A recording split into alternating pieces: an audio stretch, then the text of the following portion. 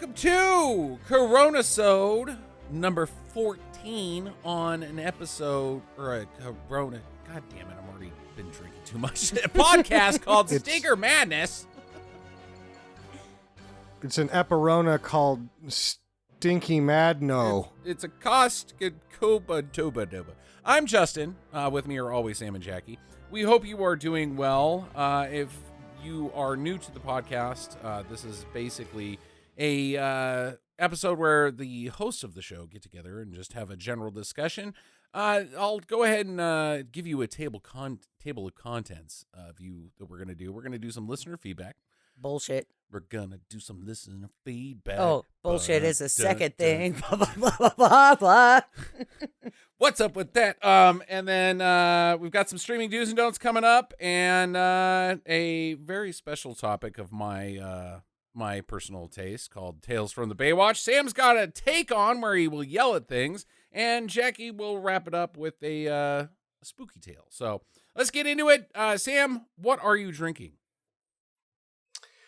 The fine people at Bud Light have seen fit to release 3 new flavors of the seltzer, and so tonight I'm having grapefruit, pineapple, and cranberry. Oh my God. That sounds pretty good. Only one of those sounds good. I like Squirt, though, so... Yeah, you like Squirt. Yeah, I can't drink Squirt, but I like Squirt. Why can't you drink Squirt? Because it's got grapefruit juice. Oh, the acid. Yeah. Yeah. And it hurts my stomach. But yeah. Squirt was like my favorite fucking pop forever. Man, so gross. Like, you were making fun of me for liking Charleston Chew the other day because we were watching Charleston Chew. We were watching gross. The Boys, and Starlight has the best taste in candy. Charleston Chew, Bit of Honey. What was the other one she liked? Almond Joy. Almond Joy. I do like Almond Joy a lot, but the other two go, yeah, gross. And you're over there dissing me while you're drinking Squirt. Yuck. Sam, you want to weigh in? Bit of Honey and Charleston Chew are bullshit because they take too long to eat. Yeah, I know. It's bang for your buck. No, it's not. It's like banging your teeth out. No thanks. Do you have a filling? Well, you don't anymore. Don't anymore. Okay, so Bit of Honey. Have you tried all 3 of the Bud Light seltzers yet, Sam? Yeah. Which one's your favorite of the new ones? The grapefruit. Wow. Okay. All right. They sell it in strawberry packs only, and so I pretty much only get that, but I bit on the new flavors. Yeah, you got to try them, right? Yeah. So. Yeah. Okay, Jax, what are you drinking? I am drinking vodka and soda right now. I've been drinking that for a while. Ooh. And then I'm going to switch over to cranberry berry lime. Cranberry berry lime? Cranberry lime. Okay. By Smirnoff. How much berry can they cram in there? And then I'm probably going to drink the raspberry rose by Smirnoff. The raspberry berry rose? Yes. They're much better than the Budweiser ones, and I don't feel like they have as many calories. There's only 90 calories in a can. But the vodka sodas are only 70 because, a shot of vodka is 70. I don't know. I'm probably putting 3 shots in there, though. So, I don't know. I've been drinking for a while. It is a couple hours after I got off of work. Well, I have decided to mix it up, and I'm doing the bold Cabernet Sauvignon from Boda Box, the Nighthawk Black, as it were. Yeah, I've had the Nighthawk Black. It's okay at first, but if you get really drunk on it, you are going to have the mud butt. Okay. Well, that's what I was going to say, Sam. So the same, like the shits. Yeah, I know, but I'm saying operation modus operandi, Yeah, not really. It's more, and a mud butt is a generous because you're actually not going to have diarrhea. You're just going to spray red wine out of your ass. Okay. All right. Yeah, it's kind of like, are you constipated? Do you need support for your constipation? Drink Nighthawk Black. Well, I'd rather spray in excess and then shit your fucking brains out. I'd rather spray wine out of my ass than the usual blood. So, that sounds like an improvement, Sam. We got some listener feedback. Starting with a new listener, new in the last month since we did the last Coronasode.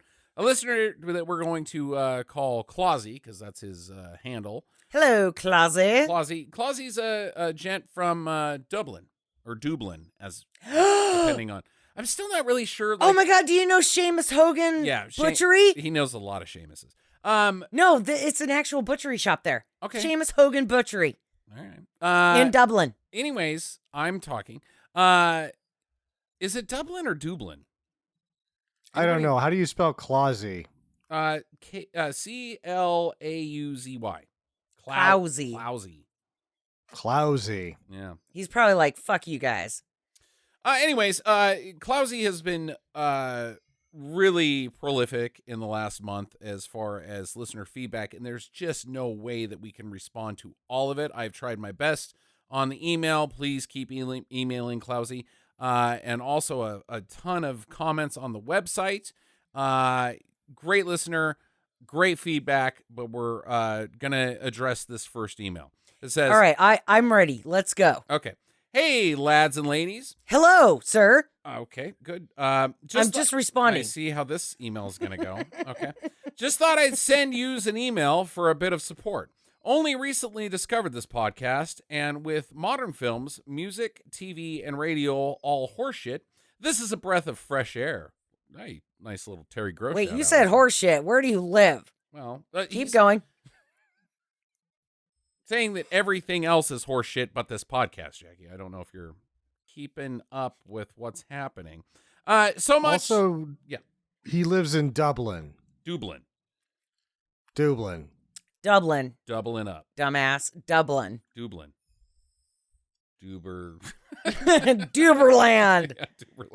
Okay, so much so I lost my cherry and became a Patreon for the first time ever. I think that goes for a round of applause. Woo!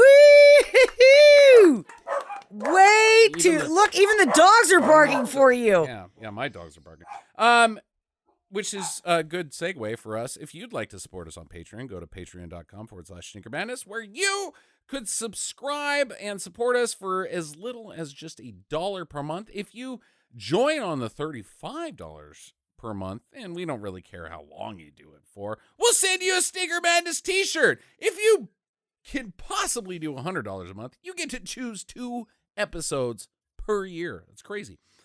So go ahead and do that.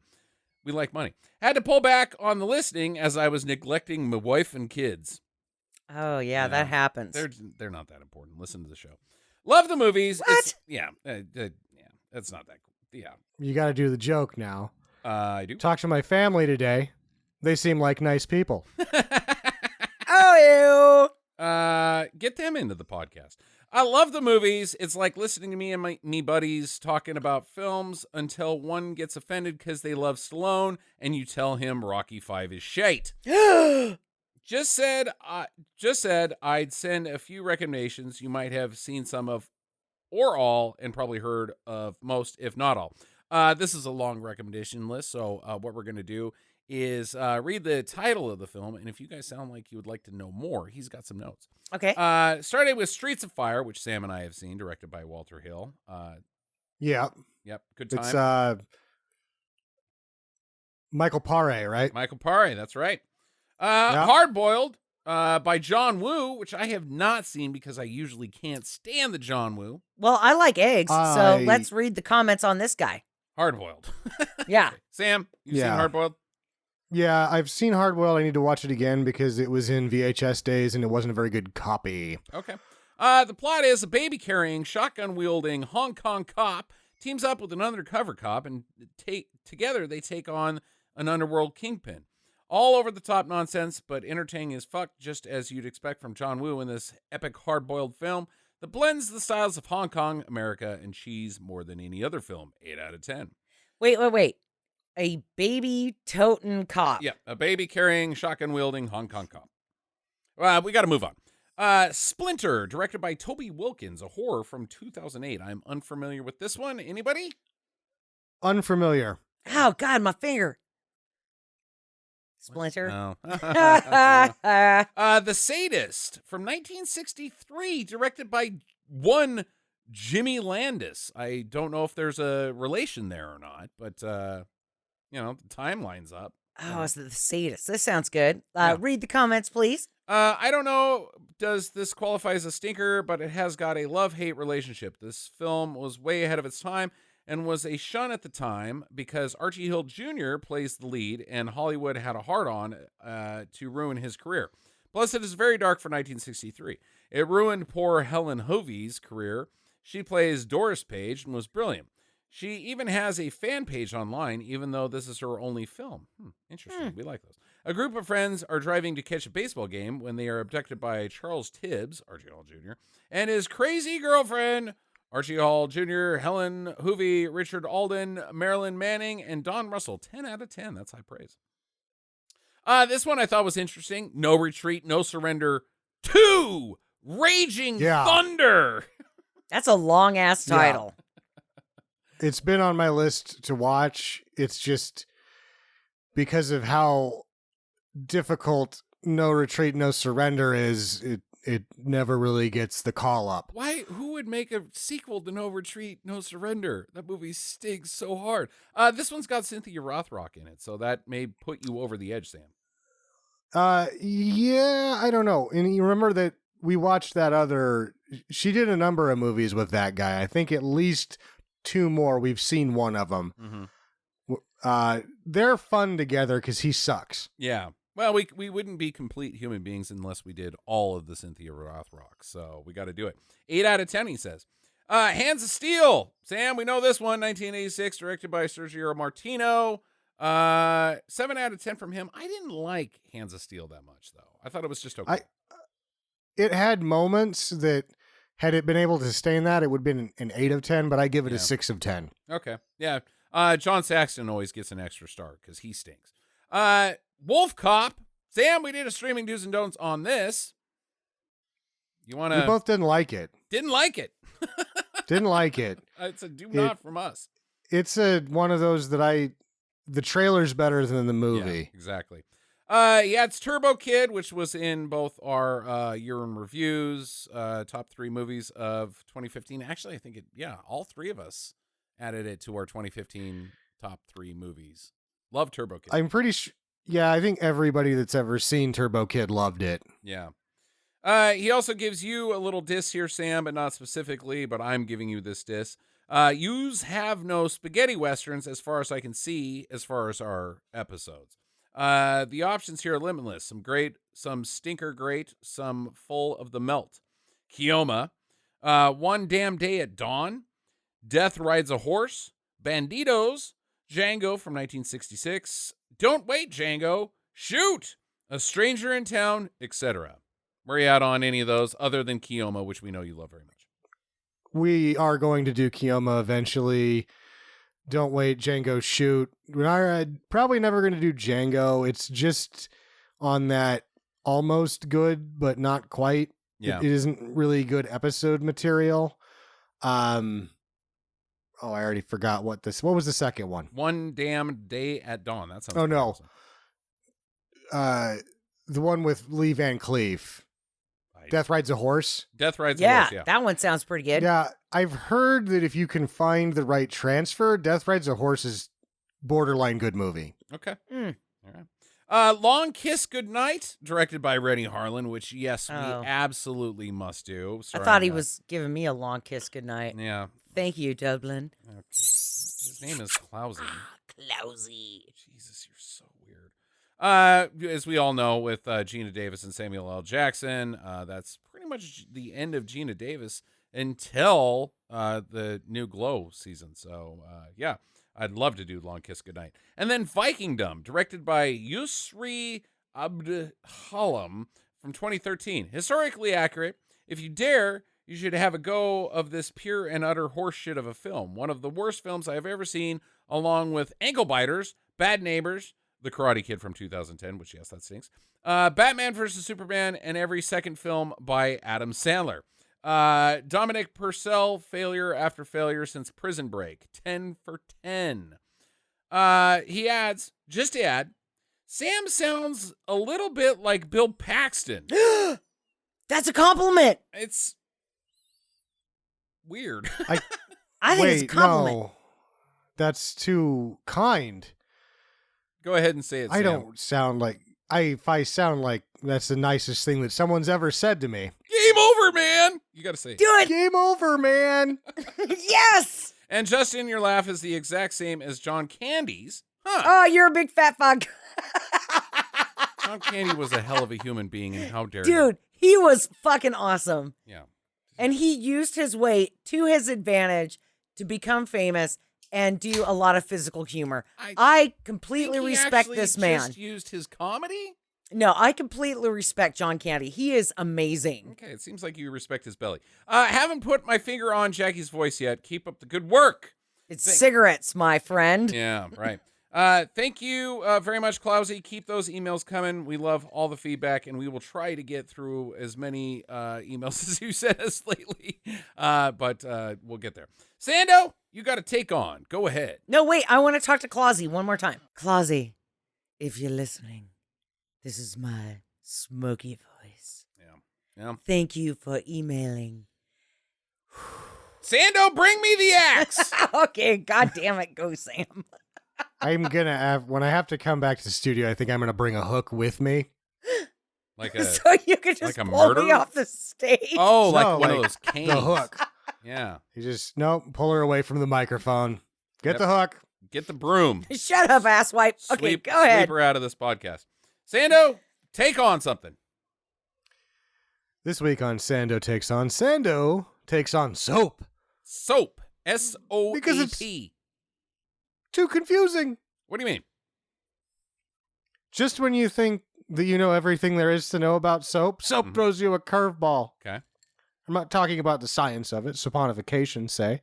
Talking about the fact that if you really dive into soap and really use soap a lot and learn a lot about soap, you're like, man, dish soap does about everything. Why is there other soap? Why is there other soap than dish soap? Hey, wait, haven't we already done a Sando takes on soap? Because I thought we talked about this before, but not the dish soap being. We talked about like shitty shampoos and stuff.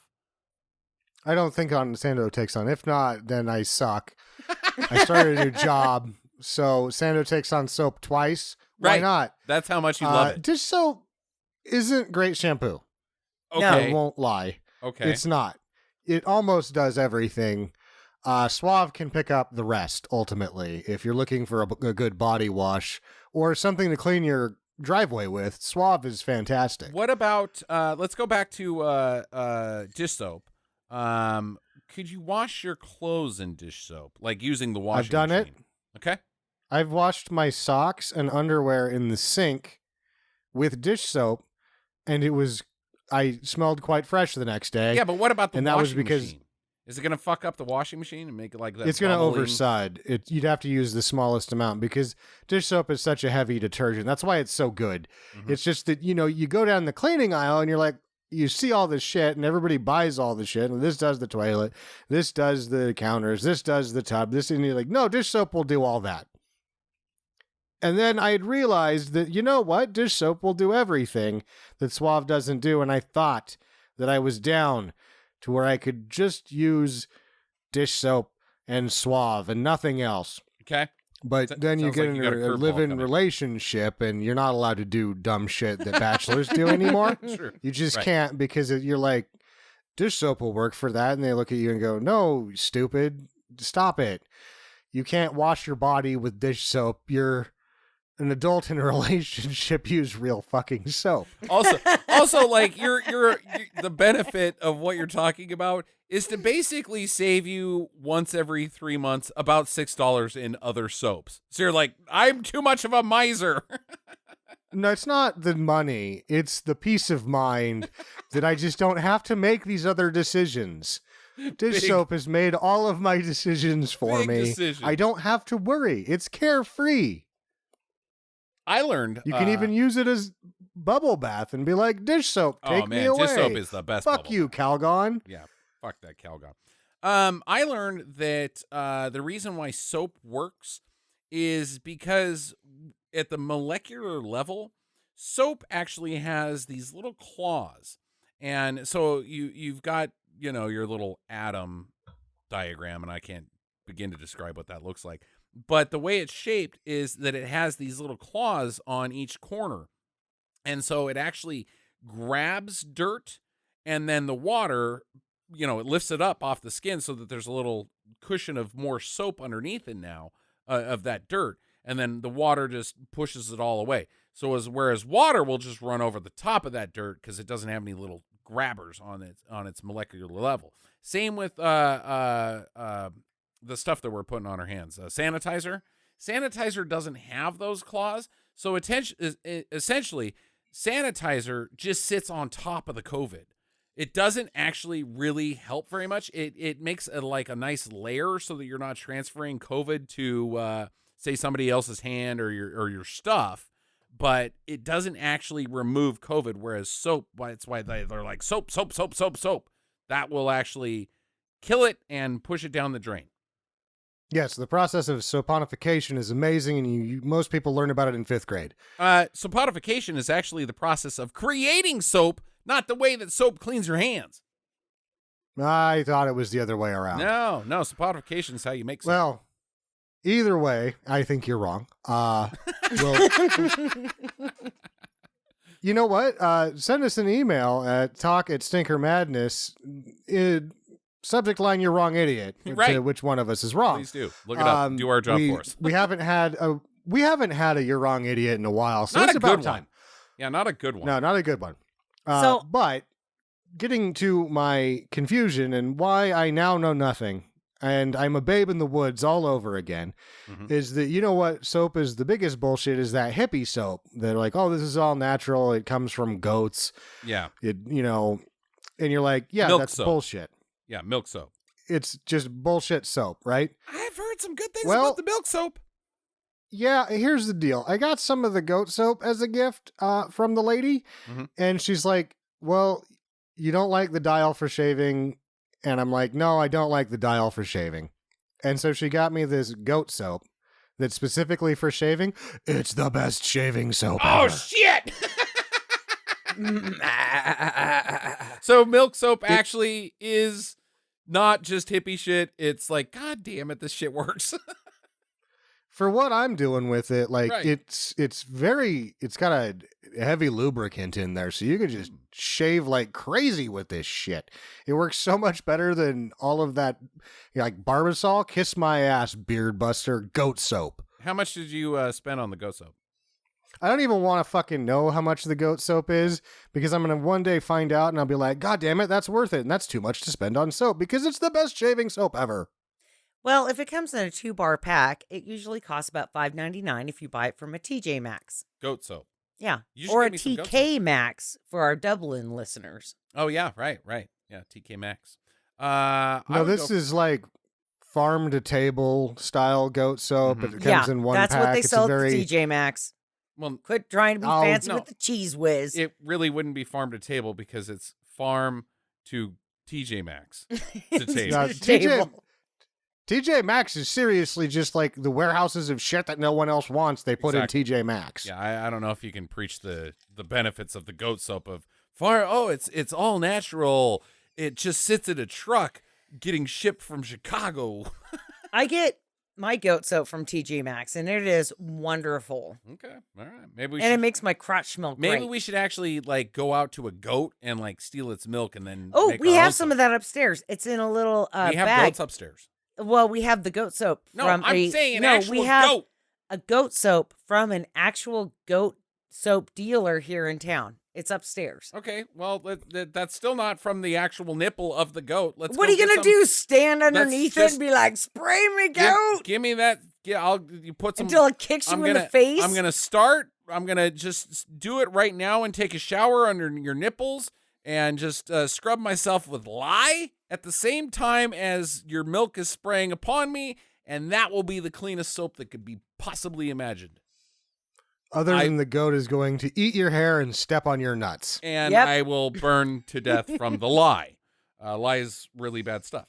Unless you've got soponification, which my understanding is soponification actually takes quite a while. That's why you can't just put lye in a boiling pot of water and make soap. It's like almost like 2 months to make the soap with the milk out of lye. Yeah. Because you have to get a lot of fat. Soap needs a lot of lipids. Yep. Yep. All right. Good take on. It didn't really sound like you were that angry. It seems like you like soap. I'm bewildered. As I said, I'm a babe in the woods all over again. I thought I knew it all about soap, and now I know nothing. Man, I mean, we got big It means problems. I have to try other soaps. My peace of mind involving soap is gone. I have to rediscover soap. Maybe I'm not angry. Maybe I'm sad, and maybe I'm a little afraid. Yeah. Oh, yeah. Okay. You know, there's a nice cactus soap out there, too, that's Don't all confuse him natural. more. And he's already it's pretty nice. I've got a couple of bars of that. He's already afraid it is and nice. scared and sad, and you're like throwing him another curveball with this cactus soap. Jesus. The poor man. Actually, Dude, I buy you new soap all the time, and you just use it. I'm going to just say cactus soap is bullshit. It is kind of bullshit. I'm not going to lie. I just went back to the goat soap after I used it for 3 days. All right. We've got some streaming do's and don'ts this week.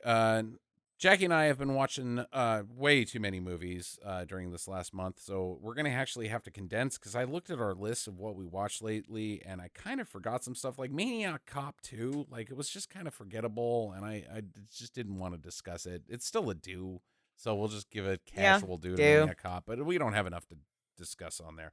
But we do want to talk about... Go. We're not going to do streaming do's and don'ts on Maniac Cop 2, but Maniac Cop 2, do. Yeah, do. However, we have continued our journey into the Phantasm universe. I love it. Starting with Phantasm 2, which is currently not streaming, so it's not even a streaming do's and don't. But we break the rules on the Coronasode. We've got it on disc somehow, and it's on a 4 set. But so boom! I got your boyfriend. I got the disc. Boom! I got the disc. Fuck you. We got the disc. Okay, go ahead. That was like rub it in your face type of thing. I've been drinking. Screw you guys. Don't look at me like that. I mean, why we do these? Yeah, Phantasm 2, basically a carryover from the first one. Still doesn't make any goddamn sense. Still is a lot of fun, and they explore a lot more with the little balls. In 3 we find out what those balls are called, and I think they're called Guardians or some shit like that. They're soul like brain balls. Yeah, they're brain balls, but they have some more like fun, violent things that happen with the balls in the second one. And the Ice Cream Man is back from the first one, and he is my favorite character in all of movie history. He's the best. Reggie is his name. Yep. Middle-aged man who is also action guy and is obsessed with the random ladies who want to kill him. With the skull up ponytail. Right. I mean, he's fucking, he's owning it as far as his look. I mean, he is not backing down. He's like, I am a cool motherfucker. Look at my fucking cool. No, he is not backing down. He's like, I'm a cool motherfucker. Look at my fucking car. And that's not even his car. Get in, ladies. That's the other guy's car that died in the first one. The Challenger is from the first movie. That is not Reggie's car. Reggie's car was an ice cream truck that got wrecked in the first one. God damn it. Shit. No, I love how Reggie is so decidedly not cool, but he's just vibing the whole goddamn franchise. Like, you know what? You're kind of hot. You're probably a demon, but hey, how you doing? And they all want to kill him. Like, there's not a single lady that Reggie runs into that doesn't want to kill him. But they all screw him.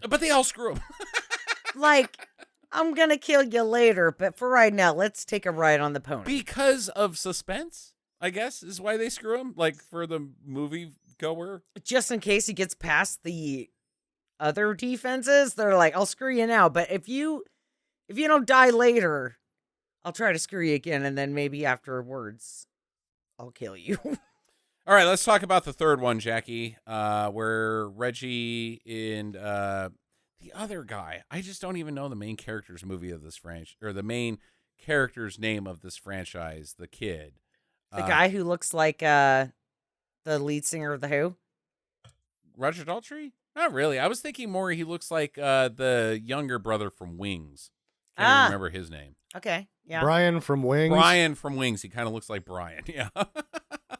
Who got the lead in the TV miniseries version of The Shining. What could go wrong? Right? Exactly. He's going to totally be able to do it like Nicholson, right? Brian from Wings, Nicholson. Right. Same. We should actually check out that guy's filmography and see if there's some good stinkers there. I bet you there is. The third one, where they're driving across country chasing the tall man. What'd you think about the third one? I really liked the cemetery thing that they ended up in, and that the fact that there's this is the one with the little kid, right? That kills everyone. Yeah, right. Yeah, yes. I love this little kid. Yeah, the little kid was cool. So these total fuckers show up at his house. They're trying to rob him, and he just fucking kills every one of them. And he's got like a freaking bear pit out in his yard where they fall in. Death house. Yeah, he's got a death house. He's got a clown with like spikes on it. You could make an entire movie franchise just based off this kid's death house. Yeah, this kid is a little psycho. And it's only like 5 minutes of his death house. And it's like, Jesus Christ, there's a lot of content here, guys. Yeah. And I loved this one. I liked it better than the second one. Really? Okay. And mostly because this kid is a fucking psychopath. Yeah. And I can kind of relate. And an orphan. Yeah. Once you're an orphan, you don't have a choice but to hunt zombies and kill people. And hope they have money in their wallet. Or become a superhero, because all the superheroes are also orphans. Batman, Spider-Man, all of the other ones. Superman's an orphan. That's true. Yep. I didn't like the third one as much as I liked the second one. I thought some of the jokes were pretty corny. And it definitely wasn't. Neither of them is inventive as the film, the filmmaking is in the first one. But I think the second is the funnest of all of them, because it's honestly hilarious, and it's got the death ball reveals are fantastic. I still give both of them a do, though. I also give both of them a do. And I'm excited to watch more. Yeah, we got 4 and 5 still coming up. I have high hopes. This might be the franchise that never gets oh man, they laid an egg right there. But because we're of 3 out of 5, and we're like, this thing's barely losing momentum. That's true. So speaking of momentum, I am on the cranberry lime Smirnoff now. Uh-oh. And I have been drinking since 4. And we're only halfway through the show. Oh my Lord. Sam, where are you at? I'm halfway through 2. Also, speaking of laying an egg, I want to mention Rocky 5 again. It's shite. What about you, Justin? Have you moved on from I still haven't finished my actual tumbler of wine yet, so we'll get there. Loser. Yeah. Moving on Disney Plus, we should mention that Phantasm 3 is on Amazon Prime, so is 4 and 5, but 2 is only on disc. On Disney Plus, Journey to the Mysterious Island, starring one Dwayne "The Rock" Johnson and the what's kid his name? from PETA. Yeah, PETA from from the Hunger Games. The Hunger Games, yeah. And Luis Guzman. Yeah. Yep. Oh, Seen and the old guy I love. Oh, fucking Michael Caine. Yeah. Yes. Sam, have you seen this? I have. Why? I thought it sucked, but why on earth did you watch it? I can't remember the exact circumstances that led to me sitting through the entire thing, but I did it. And I was usually, when you see something like that and you're like, oh, they replaced the dad who's now dead or missing or something like that with Dwayne "The Rock" Johnson just to put butts in seats. Right. You'd be like, you know what? I kind of want to go back and see the first one, but I have no interest in seeing the first one after watching the second one. I didn't even realize. I thought it was the sequel to Journey to Witch Mountain, but that's the Escaped Witch Mountain. I didn't realize this was a sequel to anything of a different franchise. It's the sequel to the fucking Brendan Fraser Journey to the Center of the Earth, and it's like, what? Now he's doing makeup in Doom Patrol. Who asked for that? Who asked for a sequel to Brendan Fraser's Journey to the Center of the Earth, starring goddamn motherfucking Dwayne "The Rock" Johnson? Disney asked to have one made every so often so that they can keep the rights. I guess, but the rights to what? A Jules Verne novel? It's fucking public domain. I think if you are depending on whatever deal they've got with whoever it is, as long as they keep Verne, doing it. A guy who died 75 years ago. Sure.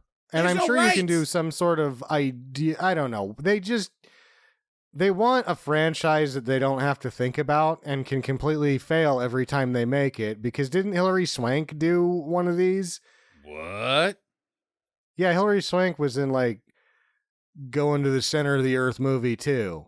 And it sucked really bad. The Core. Oh, The Core. Yeah, that wasn't a Disney movie. That was a Universal movie and also a streaming do's and don'ts on this podcast. But that's what you have to do if you want to do Journey to the Center of the Earth, is make a new version of it that doesn't have anything to do with whoever is holding rights. I don't know how that works. I really don't, but the way that they do franchises, it's now their franchise, right? If they let it sit too long, Somebody they else won't be will pick able it to up. do anymore. Universal will be like, oh, we're going to do the Mysterious Island because it worked so good. Hey, we'll get Jason Statham instead. This time it'll be the one. This King Kong is going to be phenomenal. This time. Do or don't on Journey to the Mysterious Island, Jackie? I thought it was fucking stupid. Yeah. But I did like when they rode the bees. And I did like the banter between Michael Caine and The Rock. And so I'm going to give it a do. It was entertaining. I think that if we had a podcast in 2008, this would be a SMAPFA contender for sure. Because we just did the Artemis Fowl, and there's a lot of similarities between Artemis Fowl and this. However, I think it's got my favorite Luis Guzman joke of all time, which is high praise. So it's way better because it actually hit on a joke. But man, the visual effects are fucking terrible. Oh, they are terrible. So bad. Which is kind of what makes it fun. And so cheesy, and the plot doesn't work at all. The island sinking every 140 years, but also this is where Atlantis was. So like the most advanced civilization of all time built their city on an island that sinks every 140 fucking years. What the fuck, Disney? It stinks, but I give it a do too. Sam?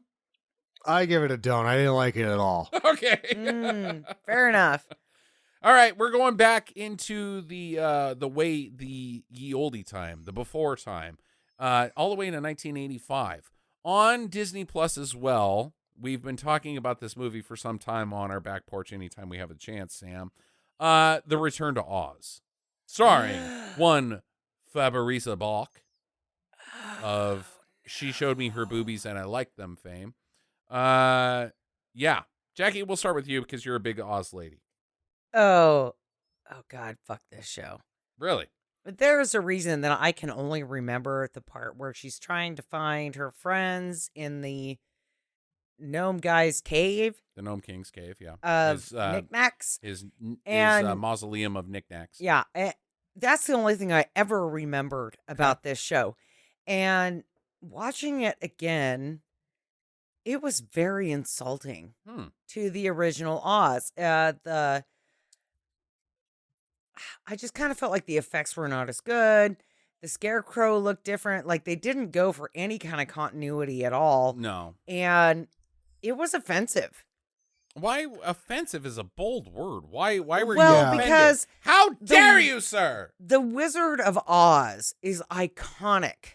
Okay, yes. And the way that the Scarecrow, the Tin Man, the Cowardly Lion all look, they should have been consistent with that. But they weren't. And so they just made the Scarecrow look like an idiot. And the lion kind of an idiot. was like, meh. And he wasn't even a big lion. And then the Tin Man looked like a total wiener. And I fucking hated it. I hated everything about this. And the fact that there is a mountain gnome that's wearing red ruby slippers, like, hey, check these out. Yeah, baby. You dropped these when you were leaving last time, and this is why I'm awesome. I've got my mountain bathrobe on and these ruby slippers. Yeah, these isotoners that you dropped down here. I mean, I don't know. And wheelie guys were so fucking terrible looking. So fucking terrible. I actually am still puzzled with how they did the wheelers, but go ahead. And the wheelers were just fucking stupid ass. And I just, no, don't. I hated it. It was fucking crap on a stick. Sam, cut to you. No, it wasn't even crap on a stick. It was an attempt at a crap on a stick. It's difficult to compare arguably one of the most extravagant productions ever, especially for its time, to a very low budget production out of a fledgling Australian production company. Yeah. And I think that's one of the things that this movie takes in the nuts every time, because I had Jackie's opinion. I'm like, why would you do this if you have this measuring stick that is so tall? The thing that's interesting about Return to Oz is that everyone I know that saw it as a child loves it. Just loves it. Sure. And if you see it with that measuring stick of Fleming's masterpiece, you're like, this is shit. Why would you do this? Under close inspection, they did some really good work on that movie. It's actually a pretty decent film, and that everyone I know that saw it as a child loves it. It accomplishes a goal of being a very decent children's picture. Whereas Wizard of Oz isn't just a children's picture. That's a butts in seats, blockbuster, sell all the tickets movie. It's Independence Day. Yeah, it's as big as it gets. I'll go ahead and weigh in on this because apparently it's quite controversial. It is a beloved children's picture, and I did see this about 1,000 times when I was a kid. But man, as an adult, is Return to Oz dark as fuck. It's dark. But before I go into why it's dark, I want to praise the filmmaking in itself. There's some really bad stuff that happens. Some really cheesy lines, some really bad dialogue, some wah, wah. The fucking Gump, the couch slash he was like a moose head slash bamboo wings. I like the idea of him. Like, that's really imaginative, and like the imagination is, I think, at a just as high a level as the first one in this. And it's also, I mean, it's not that the filmmakers were imagining. They're just going off of Lloyd Bombom's novels. But Lloyd Bombom is not the right name. I've been drinking. But like the Gump's character stinks, and he's got the most want lines of all of them. But TikTok is fucking stunning. TikTok is not only like a great model, but the way that TikTok works, I had to look it up because I sat there for 30 minutes being like, how does TikTok fucking work? You know how they did it, Sam? I don't. They had a gymnast sit upside down and walk on his fucking hands and use his legs to move TikTok's head while walking on his upside down on his goddamn hands. That's crazy. Jesus. Yeah. What? TikTok is fucking dumb good filmmaking. Like, you've got the idea of TikTok. Well, how are we going to make this one-man army and have him, be very Oz? And TikTok is so fucking Ozian. Like, he's the army of Oz, yet he breaks down all the time, has really no abilities, and just is a charming gentleman with a mustache. And then you pencil it out and be like, this is what TikTok looks like. How the fuck are we going to do this? Robotics? No, stick a guy in there. Well, we can't because he's too rotund. Oh, well, George Lucas did it. No, we can't do that. And then have a guy who's willing to fucking get into a trash can. Yes. Baker, what's his name? Troy Baker of R2-D2 was like, yeah, I'll get in there. I'm a little guy. I can move R2-D2 around. Okay, Troy Baker, do that shit upside down. That's fucking crazy. TikTok's amazing. It is crazy. And TikTok as a character is, to those that hold this film so beloved, He's their R2D2. Right. People that love TikTok just as much as people love R2. But I will agree with Jackie that beyond TikTok and Frieza Balk, who I thought was very good, I'm still like confused about how the wheelers work and actually how they move around with their wheels. I've been thinking about the engineering behind that for weeks. We'll move. We're not going to spend too much time on it. The Scarecrow did stink. And the Tin Man, I thought he looked just like the Tin Man, and I thought they did a better explanation of the Tin Man. And the Cowardly Lion, I thought their visuals were fine, but I didn't like that they didn't play roles, because I think that they didn't want to, like, those voices are so iconic that they didn't even want to interpret it. And so none of those characters really had any lines or any character development at all. And they just kind of glazed over them and replaced them with Jack Skellington and TikTok and the Gump. And I thought that was a weird filmatic choice. Either way, I give it an absolute 2. It was a great revisit for me. It was as good as going back and watching The Goonies, in my opinion, or anything from my childhood, Never Ending Story and all that shit. I thought it was like so close to being one of the most greatest fantasy films of the 80s, but Disney crammed too much cheese into it, or not necessarily that Disney crammed too much cheese. It just had that like Disney cheese, that crust that Disney puts on everything. Not. No, it's a do.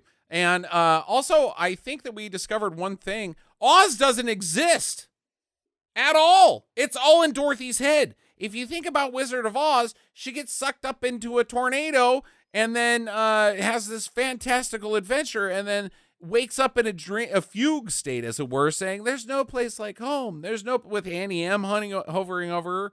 I think she got hit in the head by a brick while she was flying up in that tornado and got a concussion. And then in this one, she almost drowns. And I think she goes back to Oz because she's got a goddamn concussion. That kid is sick. She needs help. None of it happens. And I hate movies where none of it actually happens and it's revealed that didn't happen. That movie you just watched didn't happen. It was all in their head. But this one is so fucking imaginative that I'm like, yeah, I'm good with it. I think it's also a do. I haven't seen it in a while, but I did hate it the first time and then really appreciated it the second time, sort of a deal. It's not The Goonies.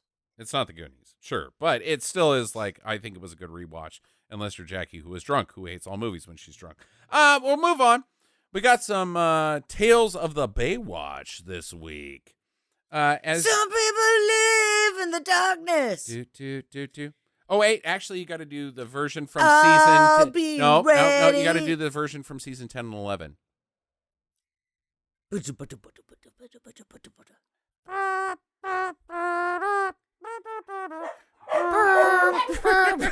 dogs all bark. They're like, this is not Baywatch. It's not Baywatch. Fuck you. So as you all are aware of, I have sat out in a pool for 2 years watching every episode of Baywatch, and I have finally completed all of the Baywatch. I've watched all 11 seasons, every single episode, while drinking and hanging out in a pool, a swimming pool. So I'm going to start out with the special guests, the follow-up from last time. As if you remember, Sam and Jackie, the last special guest list was quite extensive. It took a while to get through. Mm-hmm. You guys remember? You ready for this one? Yeah, sure. Okay, this is season 8 through season 11 of Baywatch special guest list. They brought out the big guns this time. Sven Thorson. I don't know who that is. Yeah, you do. Alex Trebek. I guess, where is Alex Trebek an A-lister? I don't think he is. Dude, he's Jeopardy I King. know. Yeah, but I mean, like, he's somewhere. He's like a B+. B+, okay. George fucking Lazenby. Yeah. Nice. Oh, I realize is 86 years old and is still working. He had credits in 2022 and like 3 credits in 2019 and like a credit this year. He's still fucking working. George Lazenby. Speaking of old guys that are big, Ed McMahon. Yes. Speaking of old guys that are brown, George Hamilton. Do you have a George Hamilton impression, Sam? No, I don't. Okay. I don't have that much tanning oil. Yeah. Pat Morita, of course, Pat Morita was on Baywatch. He was actually a recurring character. He was Kimiko's dad, who was a total D-bag. And last but not least, Tom Arnold. That's how fast this show declined. They got Tom Arnold as the only guest appearance in the last season. Did he save Was he Roseanne, funny? his wife? No, this was way past Roseanne. This is like 2001. He's like, this is Tom Arnold's low point. And he's like, yeah, I'll take it. I'll do Baywatch because, God damn it, nobody else wants me right now. Yeah. Yeah, that's the guest list. So now I've got my favorite moments is what I normally do. However, the last 4 seasons were so bad, with so many bad moments, that I've got my least favorite moments from this, with an honorable mention of one with one caveat. White Thunder at Glacier Bay Part 1 and Part 2. If you only want to watch one sequence of Baywatch, one, I guess, story arc, White Glacier Bay, the last 2 episodes of Season 8 are the best things that have ever happened in Baywatch ever. That shit is fucking awesome. It is so terrible. It's where Mitch surprise marries Neely after taking her on a cruise to Alaska so that she can track down her baby's daddy and marry him. But she's like, he didn't want me. And so Mitch is like, I'll take you. It's like, what the fuck? It was amazing. Also, Hobie almost dies. Neely almost gets eaten by a bear. Like, so many people fall off the cruise ship. It's insane. It's fan-fucking-tastic. Like, it's the best you could do on Baywatch. If you've never seen an episode of Baywatch, just go straight to White Thunder at Glacier Bay 1 and 2. Now, the least favorite moments. Sam, you remember Craig, the old guy, the lawyer? The lawyer, yeah. From seasons 1 and 2 and 3. He comes back. He directs some episodes. He was married to Kirstie Alley, believe it or not. Really? Yeah. At the height of her fame, where she was just starting to go towards the big Kirstie Alley. Before Was she had her after she comeback. ate him? Yeah, she ate him. He didn't make it. Fuck, you two are fuckers. They actually... Who gives a shit if she gained weight? Fuck you guys. No. It's part of her idiom. So what Kirstie Alley did was she had the Cheers run, where she was, of course, Kirstie Alley. And then she started gaining weight because nobody would hire her. And then she married Craig from Baywatch, and she continued to gain weight because it probably wasn't a very happy marriage. And then she was Kirstie Alley. She had 2 comebacks where she was big Kirstie Alley. She was almost more popular when she was big Kirstie. You don't remember this?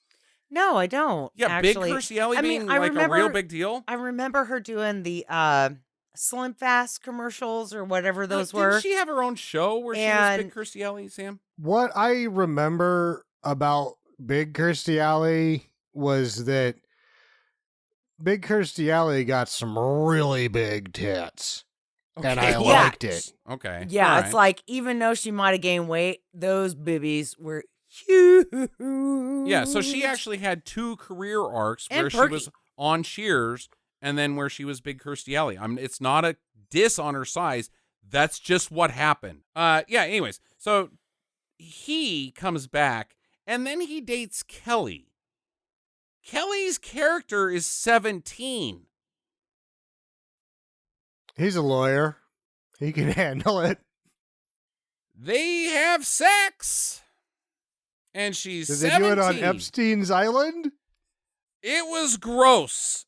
It was so fucking icky, and then they fall in love, and I'm like, what the fuck is happening? This is disgusting. No, Baywatch. No, bad Baywatch.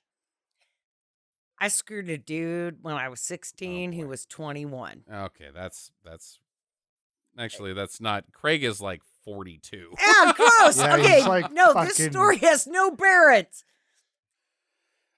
Second least favorite Baywatch moment. All of season 10. The entire goddamn thing.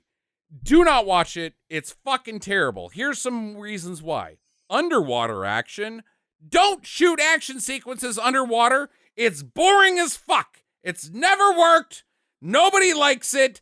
All people do is go, and you can't see shit, and like it's the slow punching, and like nothing happens. It sucks.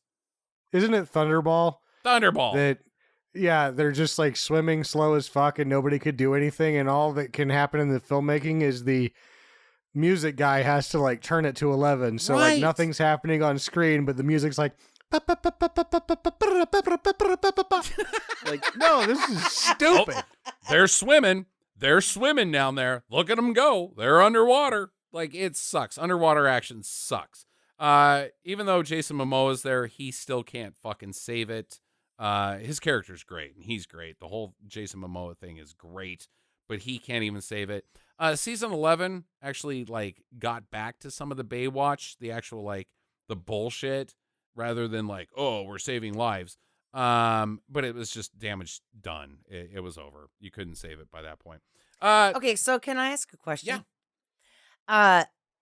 I noticed, because I don't know if the listeners know this, but I would go out into the pool with you occasionally. Sometimes, which we'll talk about shortly. Occasionally. Mm-hmm. And watch the Baywatch. And then I came out one day and the theme song had changed and I was fucking pissed. Exactly. Season 10 and 11, they changed it from I'll Be There to a fucking terrible keyboard version of the same song. Yeah. They had people playing the theme on wine glasses overlaid with swimming action. That would have actually been better than what happened, Sam. Did that bother you at all? It totally bothered me. Yeah, no, it sucked. Last but not least, it still doesn't piss me off as much as this, Jackie. The death of Mitch Buchanan. What? Season 10, episode 22. Mitch Buchanan dies in an explosion. Spoiler alert, question mark? Yeah, so I guess Hasselhoff was like, I'm done. He still went and produced season 11, but he's like, I don't want to be on the show anymore. It stinks. So kill me. And so, like, he swims down into this like, the bombs are going to go off underwater scenario, and I got to disarm him, which he's done like 1,000 times, and nobody else can get there in time, but they get there just in time to see it get blown up. Mitch dies, but nobody gives a fuck. Like, nobody fucking cares. None of the characters are bothered by Mitch like, oh, is the most expression that they have. Like when Paula Alexander's character died, not Carolyn, Stephanie Holden. They had this big elaborate funeral, and she died in both Mitch and her husband's arm, and was like, I love you both, and it was very dramatic for Cheese Fest. And then they had this big funeral where all the cast and crew came out. The mayor was fucking there. They did it on Baywatch. So they brought her body in, and like an open casket funeral, and like a you know, like that guy from Game of Thrones tried to hit it with an arrow and he missed, and then his uncle had to do it because he was a better shot because Edamir is a butthole. None of that happened with Mitch. It was like, oh, he's dead. On to the next episode. So who's hungry? Should we get chips? Yeah. It was a strange moment of realism in Baywatch that would have happened in actual lifeguarding things. Like, oh my God, our boss is dead. Do you want to go to the sandbar? Yeah, let's go to the sandbar. What's that? It's this place that lets 16-year-olds drink. Cool. Yeah, no, it was fucking terrible. It was fucking terrible. No Hobie. Hobie wasn't around. No. The character, the storyline with Mitch's new adopted son just ended because I guess Mitch is dead, and so that kid's now an orphan again. What the fuck, man? Jesus. And Hobie doesn't care because he's got some job pushing paper upstate. Right? Because he was an adult man. Yeah, so that was awful. Which leads me to my surprise pick for next week, our next episode, which is Baywatch Hawaiian Wedding. What? How are we going new God. Baywatch movie. Yeah, this Baywatch movie is a made-for-TV movie. It qualifies for the show. So, and guess who's in it? David Hasselhoff as Mitch Buchanan. Always plays by the rules. No body means he didn't die. Come on back, David. He was blown to safety. It's on YouTube, and you bought it for me for a present on DVD, but I already knew about this movie way long ago, Jackie. All right, yeah, I looked it up on the Amazon, and I bought it. Yeah. All right, so that wraps that up. Jackie, it's time for your spooky. Sam, feel free to jump in at any time. I know you have some personal things with this topic. El Chupacabra! Oh, yeah, that's right. Sam's stepmom was stolen by the Chupacabra. He doesn't like to talk about it. How dare you? Shut up. Bad memories. He can jump in if he's offended. I have a pet Literally chupacabra. Say that again? I have a pet chupacabra. Oh. Ooh. Is it the same one that stole your stepmom? No, it's a different one. You guys have like 4 of them. Oh, yeah. Okay, that's true. Yeah. Okay. El Chupacabra. El Chupacabra. Literally means goat sucker. Mm-hmm. Because it drinks the blood of livestock. Not just goats, but like cows and pigs and chickens and, whatever it can get its hands on. What about emus? People raise yeah, emus. dude, and emus. Do you have any facts that it sucked the blood of emus? Because Yeah. I'd like to see that. It was on the Wikipedia. I don't think it was. Saw some shit on YouTube with a pack of chupacabras that were all over these alpacas. Yeah, right. Alpacas. Yeah. They just climb up them like velociraptors on a brontosaurus. So first seen in Puerto Rico. Okay, first seen in Puerto Rico. In 1995. Puerto Rico. 1995? Yeah. Really? I thought El Chupacabra was older than that. Nope. But has been spotted in Maine, Chile. Maine? Like Maine, U.S.? Yeah, Maine, U.S. That does not make sense. Chile. Okay. Russia, the Philippines, Florida. Of course, everything's deadly. And Mexico. Okay, yeah, that all lines up except Maine. Yeah, except Maine. It's like, you're kind of out there in the middle of BFE. What the fuck do you have a chupacabra for? They drink enough that they just start seeing shit. Yeah, it was a lobster. It was a lobster, and it was like walking up on shore, and they're like, "Oh Jesus!" And they were drunk. El Chupacabra's here. Gary was doing a sock puppet, and they thought it was a chupacabra. El Chupacabra, run! So the size of the El Chupacabra is a small bear. A small bear. With a row of spines reaching from the neck to the base of the tail. Sure. It's got reptile-like skin with scales and stands on 2 legs with red eyes. Okay. So fucking scary fucking shit, dude. If you saw this thing out in the desert and you were high as fuck, you'd be like, oh my God, run! And you would push that bitch that you're with down on the ground and be like, eat her! So based off of your description, it sounds like a velociraptor who has joined the Sith. It's Darth Blue, as it were. Well, really, if you want to find a model of the creature, you can find one at the Royal Ontario Museum in Toronto, Canada. Okay. All right. We'll check that out. What the fuck do Canadians know about chupacabras? Right. Yeah, they don't have any. At but the places you said, Maine's the closest. What the shit? That's like Boise having a statue of Nessie. And it's just Gary with a sock puppet made in wax. Get out of here! So the first story of the El Chupacabra happens in 1995 in Puerto Rico. Right. It involves 8 sheep with 3 puncture wounds each. Each? 3? In the chest. Huh. Completely drained of blood. That's a really bad location to insanguinate somebody, is the chest. It's meaty. You got the rib cage and all that. Go for the neck. What the fuck is wrong with you? Nah, dude, chest. Huh. Stupid El Chupacabra. They don't even know. They don't even know. Chupacabras are dumb as shit. Because, again, they're just sock puppets. So, thought to be from top secret U.S. government genetics experiments in the rainforest of Puerto Rico. Hold on. Let me stop you right there. Top secret U.S. government genetic experiments. Why? Like, that's the thing about, like, conspiracy theories is, like, nobody ever stops to say, why? What would be the point of the U.S. government doing these secret genetic why? To kill the sheep. Why?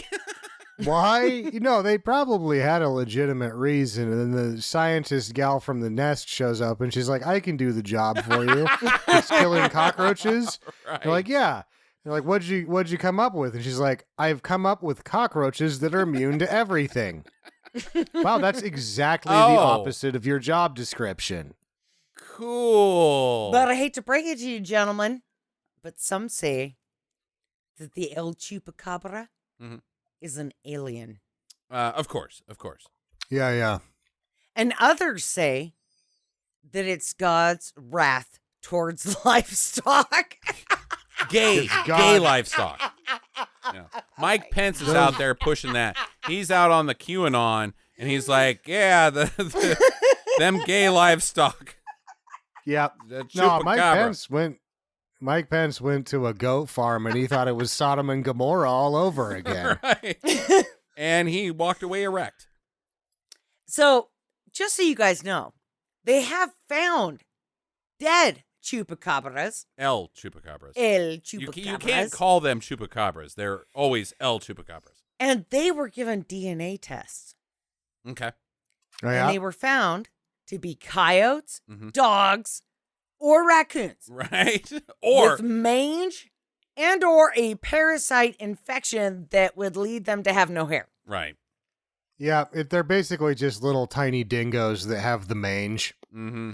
Like, the mystery of the Chupacabra sucks. It really does kind of suck. They're like, my God, this urban legend has been found. Cryptozoology has discovered that we're afraid of tiny dogs without hair. And see, that's like the whole thing is like sometimes always the fun of it is not knowing. And not necessarily not knowing, because, like, I remember the El Chupacabra, and everybody probably does, and it was always stupid, right? But you knew it was stupid, and it was more fun. But now that everybody knows that it's just hairless dingoes, you can't even have the fun with the El Chupacabra anymore, because, you know, like, hey, where'd my sandwich go? El Chupacabra! Hairless dingoes, it's just not as fun. Well, what? The first eyewitness in Puerto Rico was said to be... Wait, you're going back. Now that you've already solved it? Yeah, but I'm saying... narrative is not good. That, now that we know about the El Chupacabra and it's out there, right, since 1995. But in 1995, the very first person to have given a detailed account of the El Chupacabra was Gary. I know this account verbatim.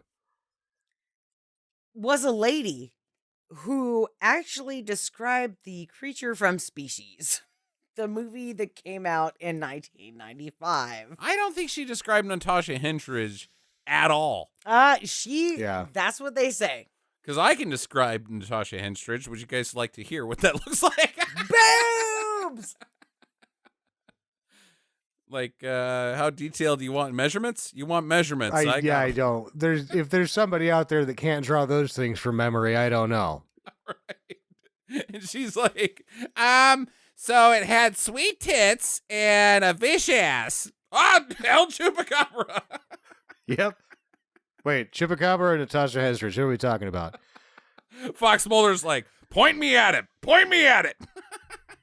But, gentlemen, could this really be a science experiment from the U.S. government in the Puerto Rican rainforest it can't. That went wrong? Because in 2010, they discovered an El Chupacabra spider In Texas! You just said Costa Rica in the rainforest in 2010. They discovered an El Chupacabra spider in Texas. No, in 1995. It was the first Wait. El Chupacabra discovery. But in 2010, there was an El Chupacabra spider. Don't all spiders drink blood? Yes, Isn't that like a that thing? is true. But They're this all thing is huge. chupacabras? And you can see it on the interwebs. This thing is like a camel spider that they said was from Texas. I don't know. I mean, it might be all a bunch of bulk, but fucking scary. Because you get to eat your fucking dog. I don't know if it is. The El Chupacabra could be coming up from California coast and he'd be like, all right, that chihuahua looks all right. I'm going to suck its blood out. And it puts 3 holes in it and it's like... I think that your next spooky should be on the Thunderbird, Jackie. I like your crypto series. It's kind of fun. The Thunderbird's a real... And then you can make all sorts of jokes about drinking Thunderbird. It'd be fun. In grade school, the first I'd heard of the tale of Chupacabra, I had one of those moments where you get in trouble in grade school and they tell your parents that you said something that was wrong. And they described the Chupacabra. Like my teacher's a cunt? Is that what she said? Not that bad. Not that bad, but it's just off color enough of the topic of discussion that they're like, we think something's wrong with your kid. And where that was is they're describing the Chupacabra and they're like, it's got to be small, but it can do this, and no one knows. And my reaction, it raised my hand, and I was like, they don't have shotguns in Mexico? Right. And that was a call to the parents right there. Mrs. Olson, I think, was like, your son seems to want to solve a lot of problems with shotguns. Why the hell is she talking about El Chupacabra? God damn it. God, shut up, bitch. And I think that my father's response was, you're talking about chupacabras, that seems like a pretty good solution. Yeah. Jesus. All right. Fucking shoot it. All right, guys, that's going to wrap up this podcast for this week. We're going to take you out with something different this week. We've had a share from our friends over at the Teen Samurai YouTube channel. Hiya! With their song Hard Ticket. So enjoy this. Subscribe to them on YouTube. We'll have a link in the show notes to them. And enjoy. Get to the chopper. I got a hard ticket coming into land with my tight little shorts, frisbee in my hand. I got a hard ticket, I'm coming for you. You want to step up to me? Well, these boots are brand new. Oh, punch my ticket, baby, I'm here to stay. Kicking ass and taking names, I'm out the highway. Oh, what's that there on the horizon? A toy helicopter, fucking pack full of diamonds. Then bang, shots fired, I throw a ninja star. I make a break and think it over, topless in the spa. You wanna try and step to me, I'll shoot you in the face. Harpoon you through the chest and then I'll stab you just in case. I got a hard ticket coming into land with my tight little shorts, frisbee in my hand. I got a hard ticket, we're coming for you. You wanna step up to me? Well, these boots are brand new. When you're driving your Jeep and there's a skateboard assassin, pull out your bazooka and keep your seatbelt fastened. You blow him away and his blow-up doll too. Been shot in the heart, pretty sure you pull through. There's a toxic snake in a flimsy crate, and you've got a date with fate. You best shoot straight or you'll asphyxiate, and if it bites your taint, they'll have to amputate. I got a hard ticket coming into land with my tight little shorts, frisbee in my hand. I got a hard ticket, we're coming for you. You wanna step up to me? Well, these boots are brand new.